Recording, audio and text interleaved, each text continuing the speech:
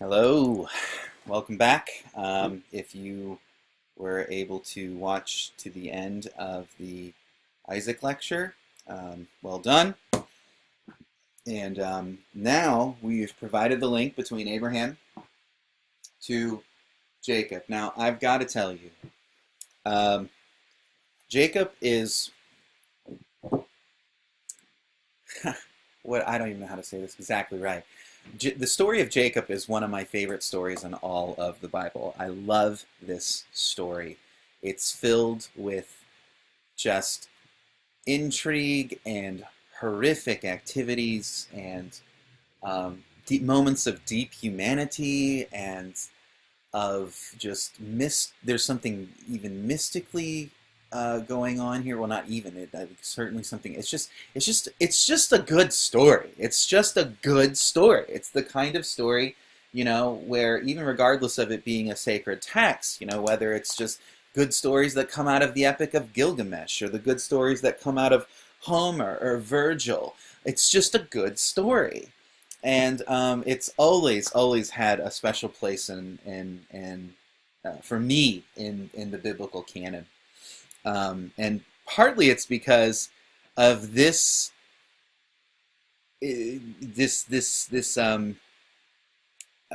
rivalry between these two brothers and how it spurs the way that Jacob's life unfolds. So apparently, while Rebecca was pregnant, she could tell she had twins, and they were fighting in her womb. Now, I don't know if that ever happens. My guess is probably not. But she prayed, and she received a word from God that said, there are two nations in your womb, and they're going to fight with each other.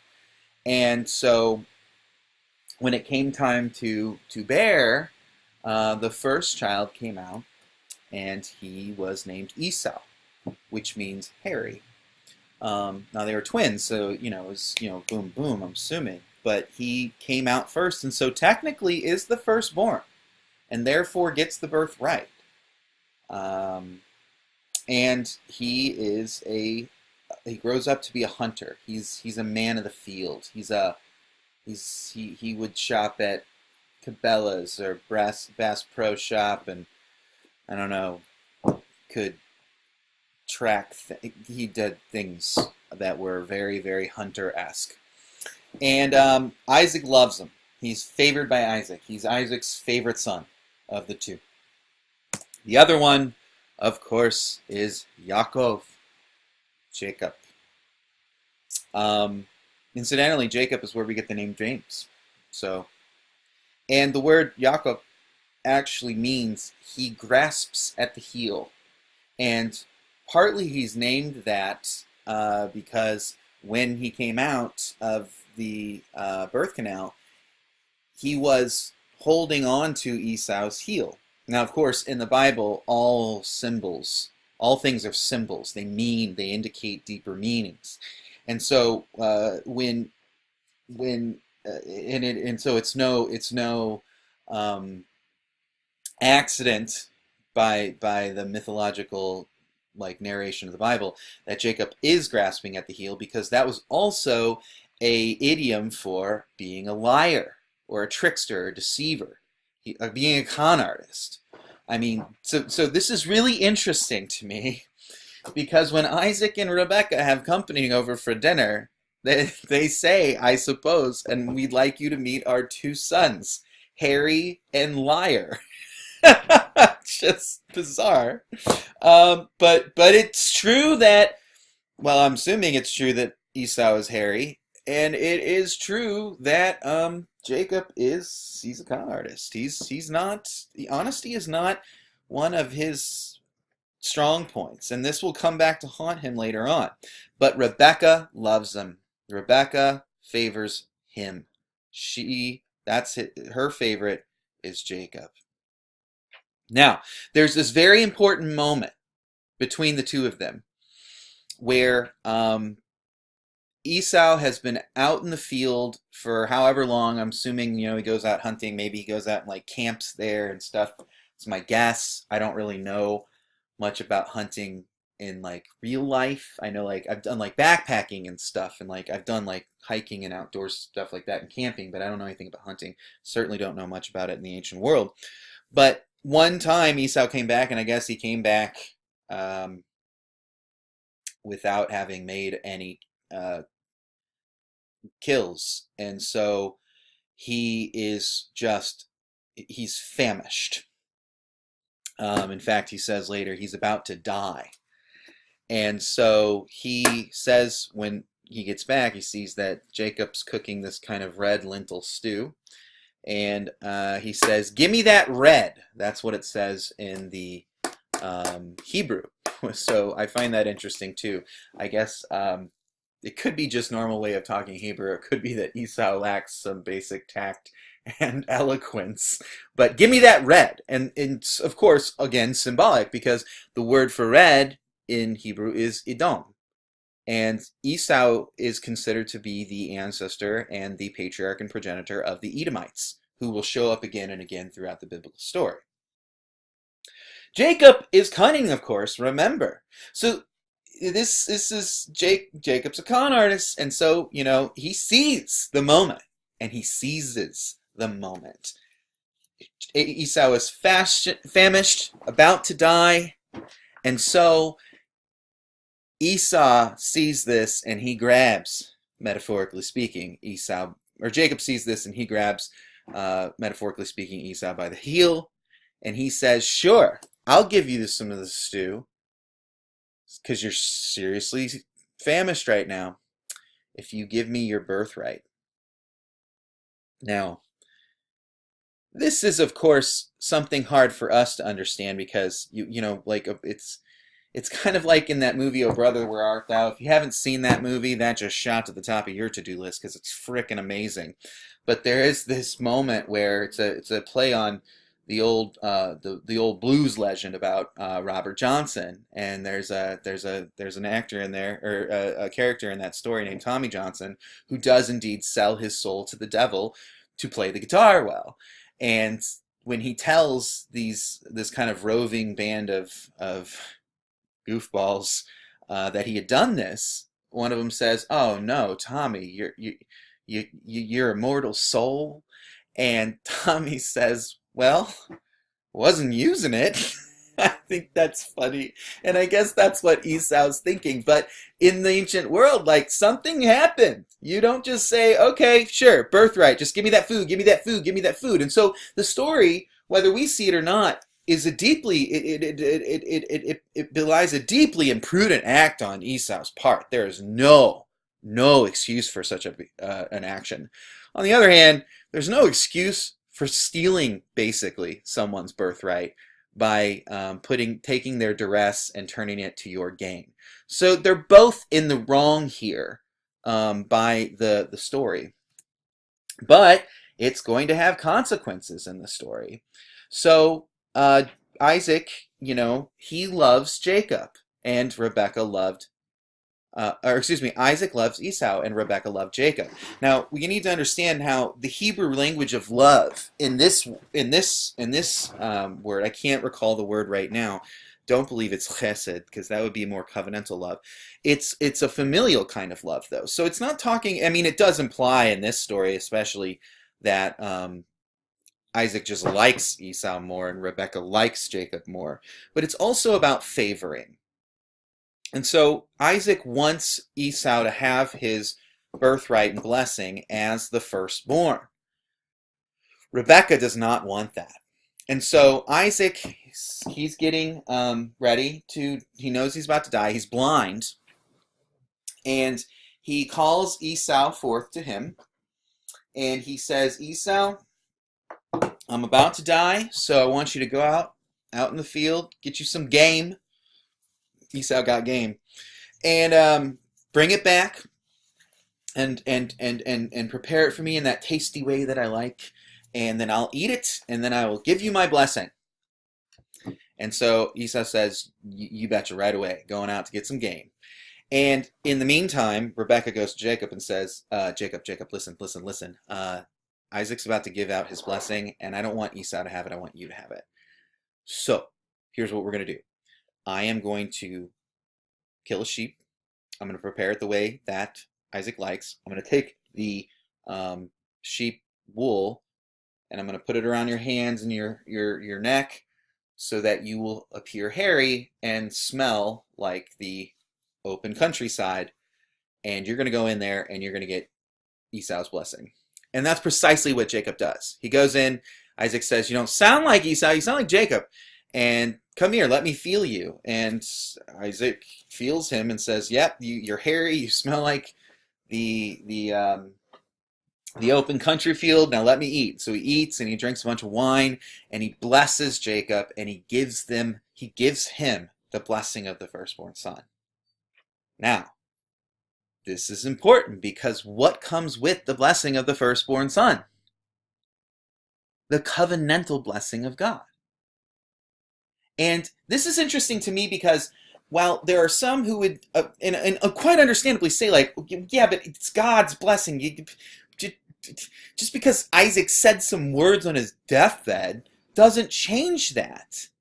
Well, there's a couple things going on here. First, we do always have to think about ancient context. They believed these kinds of ritualistic things mattered, that they changed the way the world worked, that a blessing had power, that a curse had power. Now, that might be stupid.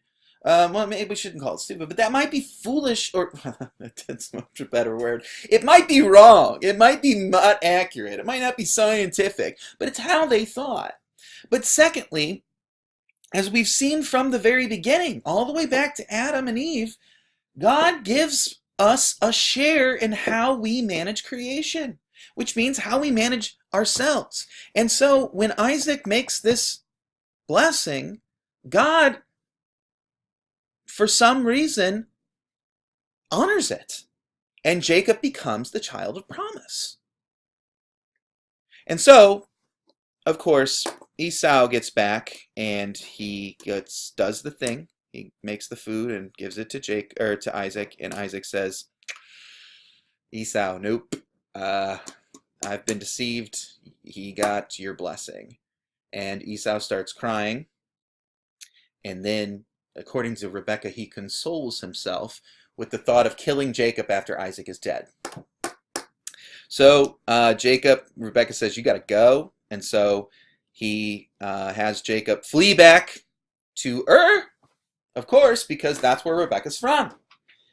And on the way, Jacob, fleeing back to his mother's house, which was actually Abraham's house. So see the same things happening again.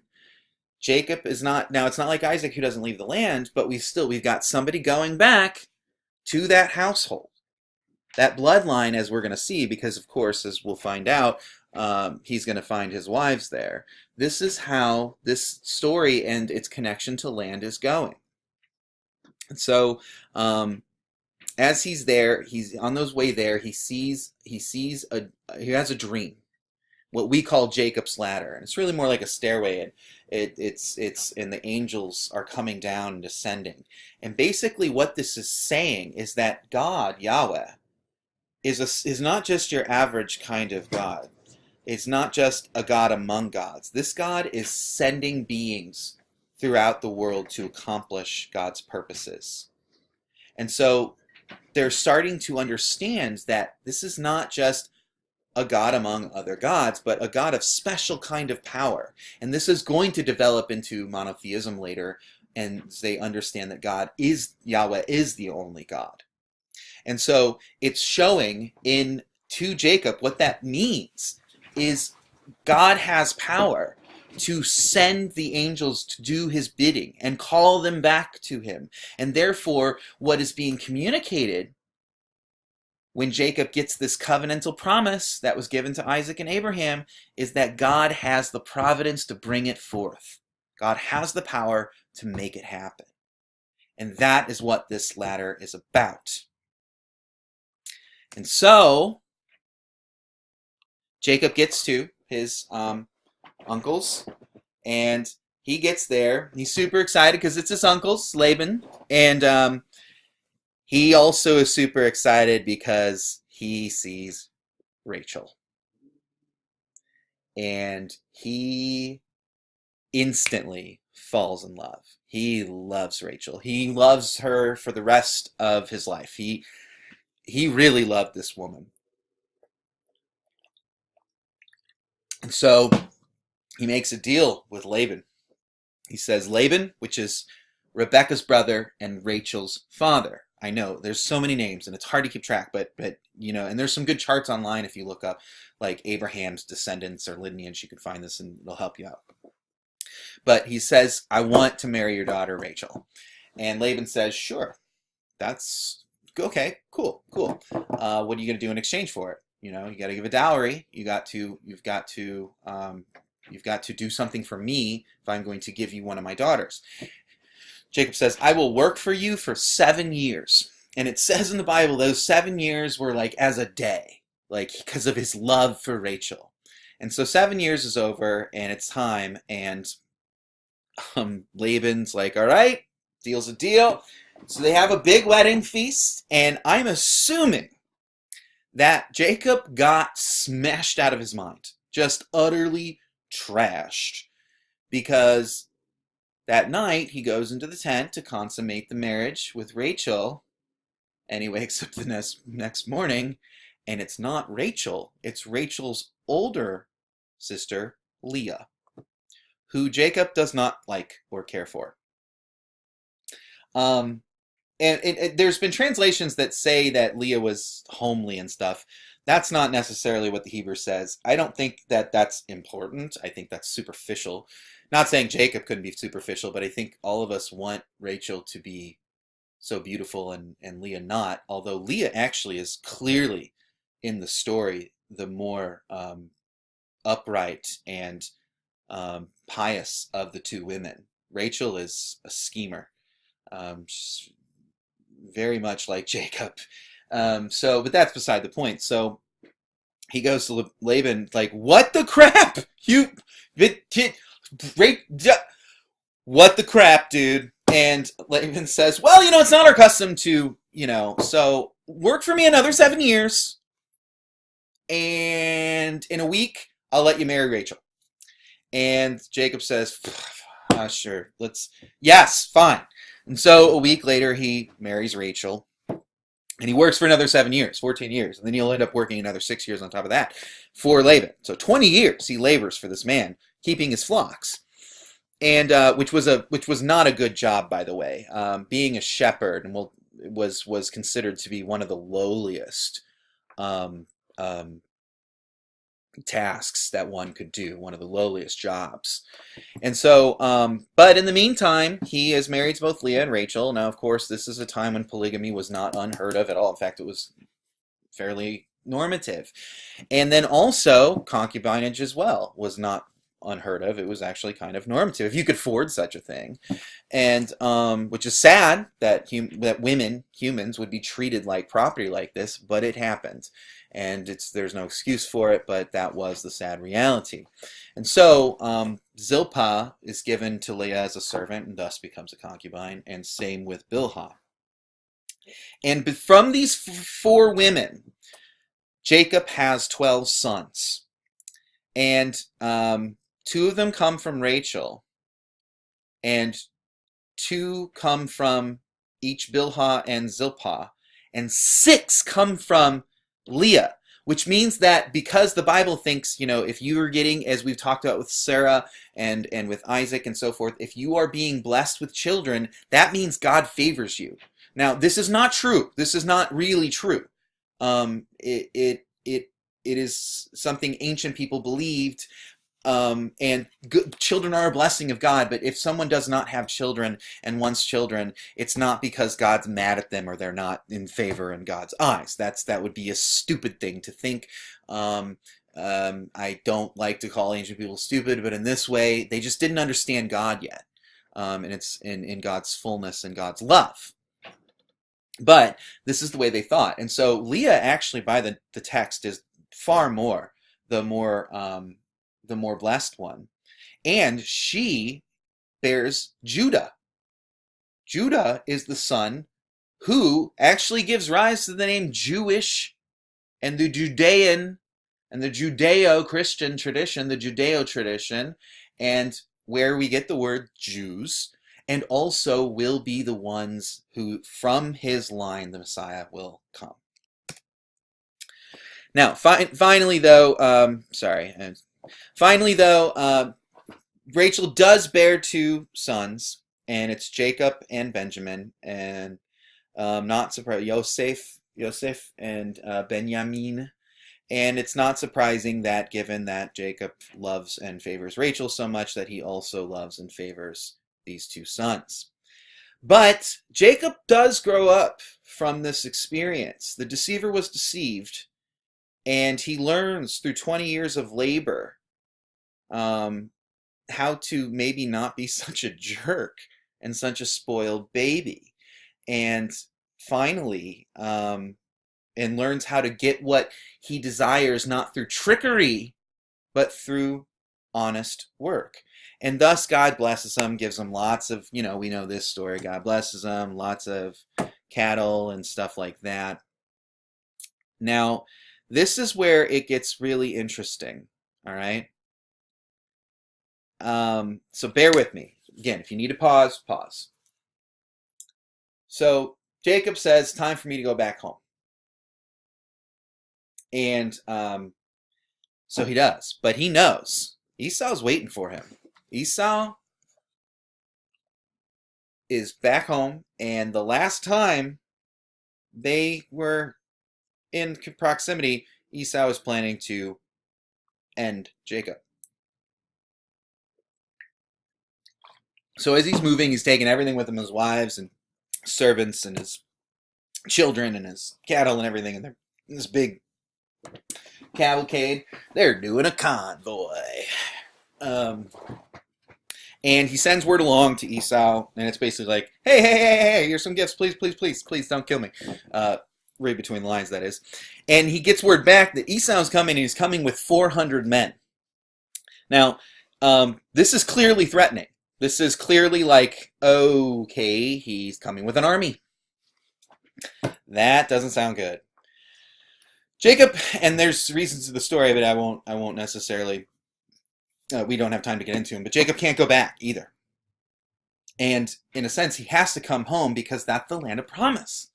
And so Jacob sends in succession in like 3 or 4 different kind of crews, sends his all, and at the end of the day, all of his possessions, all of his servants, and then finally even his wives and his children as gifts to Esau. He sends them all. And of course to persuade Esau not to kill him.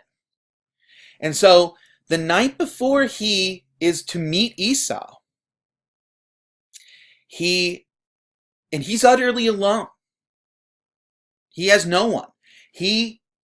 The 400 men with Esau are still advancing.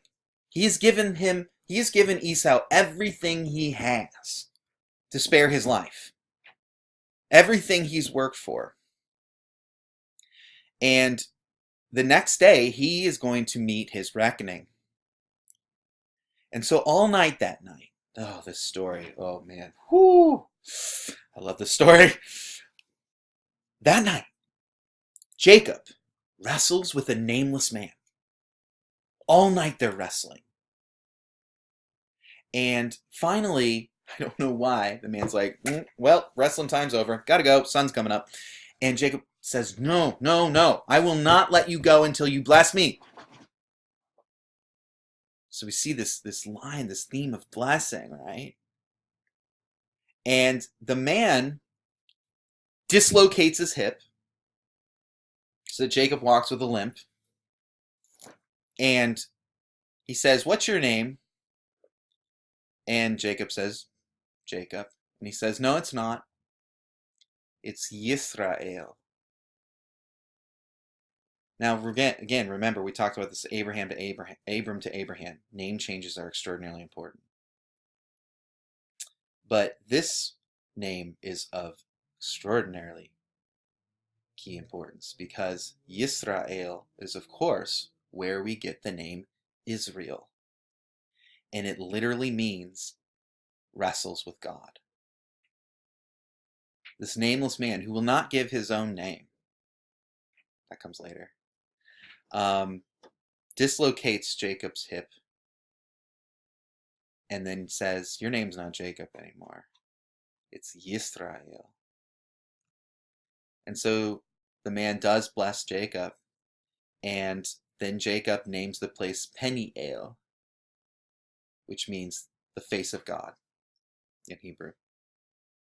And the next day he goes and he meets Esau, and Esau just embraces him.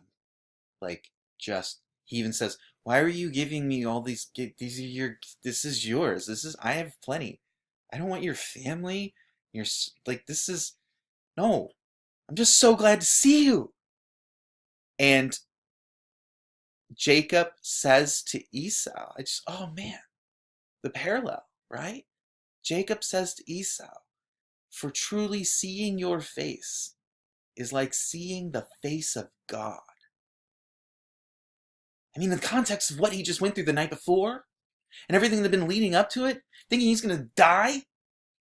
Oh, good stuff. Good stuff. And so they weep together and they make amends, and it's great. And so Jacob's doing great, and his brothers get older, and this is the last leg of it, so don't worry. We're going to be done in just a few minutes. And so Joseph, there's a lot of things that we can't go into, including some hubris on Joseph's part. What with having dreams and saying that his family will bow down to him one day. But the brothers can't stand Joseph. They don't like him, and they also don't like him because Jacob clearly favors him. He gives him more gifts and more attention and more love than he does the rest of the brothers. And so, naturally, because this is the mature thing to do, they decide that they want to kill him. But then they think, oh man, Dad might get mad at us if we killed Joseph. So they fake his death, and they sell him into slavery for 20 pieces of silver. Now, the pieces of silver has kind of an ongoing typology there, because, of course, Christ was betrayed for 30 pieces of silver. So something to put in your pocket, but not something we need to suss out right now. Joseph ends up in Pharaoh's court, and there's a whole bunch of other great stories about Joseph's time there and him, dealing with Potiphar's wife, and then going to jail and interpreting dreams such that Pharaoh elevates him to like the greatest in the land. And then, hold on one second, sorry, shh, my dog's in here, he's getting a little antsy. And then there's this famine, and it draws people from all over the land, and of course, thus it draws Jacob's family. And they're reunited, and everything's made good, and they do bow down because Joseph's now like Pharaoh's right-hand man. But again, all this providence, right? And so, because Pharaoh favors Joseph, he gives Joseph and his family, Jacob, the land of Goshen to settle in. And the land of Goshen it's very fertile land. It's very nice. And it's up the Nile Delta near the Mediterranean. Because I don't know if you know this, the Nile, it flows north. And they thrive there.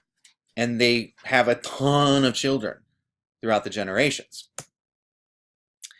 And so from these 12, depending on how you count them, it's a couple don't become tribes, and then Joseph doesn't become a tribe, but his two sons do. It's weird. But the important thing is the number 12. Hebrew numerology. 3 is the number of God. 4 is the number of creation. 3 times 4, God's doing something with creation. Similar to 7. 3 plus 4 is 7. And so 12 becomes the symbol of Israel in the covenant. And 12 thus becomes the symbol of the kingdom of Israel. And as such, the kingdom of God. The 12 tribes of Israel becomes an absolutely foundational notion and concept for how Israel understands itself. And so the nation of Israel in the 12 tribes, the covenantally chosen people, has been established. And here ends the Genesis, the beginning of the nation of Israel the beginning of God's solution to undo the effects of the fall and bring the creation back to the intention of its creator. And so we will pick up next time with Israel in Egypt and, of course, Moses in the Exodus.